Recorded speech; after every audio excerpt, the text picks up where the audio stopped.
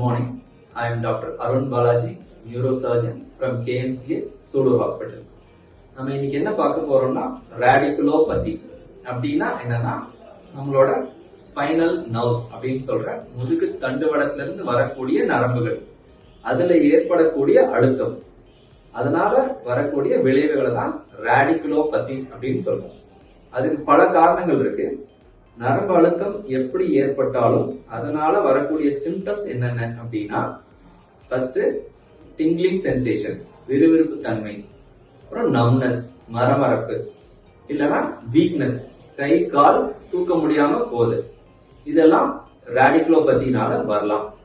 So இனிஷியலா மைல்டா start ஆகும், அந்த அழுத்தம் அதிகமாக அதிகமாக சிம்டம்ஸ் அதிகமாகும்.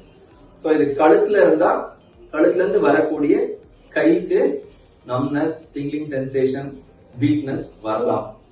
இடுப்புல இருந்து வந்தா சயாட்டிக்கான்னு சொல்லக்கூடிய இடுப்பு வலி, இடுப்புல இருந்து வரக்கூடிய காலுக்கு போகக்கூடிய நரம்புகள் அழுத்தம் இருந்தா அதனால கால் நரம்பு வீக் ஆகி நம்னஸ் வரலாம், வீக்னஸ் வரலாம். எவ்வளவு சீக்கிரம் இது இனிஷியலா கண்டுபிடிச்சு நம்ம ட்ரீட்மெண்ட் பண்ணிக்கிறோமோ அவ்வளவு சீக்கிரம் அதுல இருந்து நம்ம விடுபட முடியும்.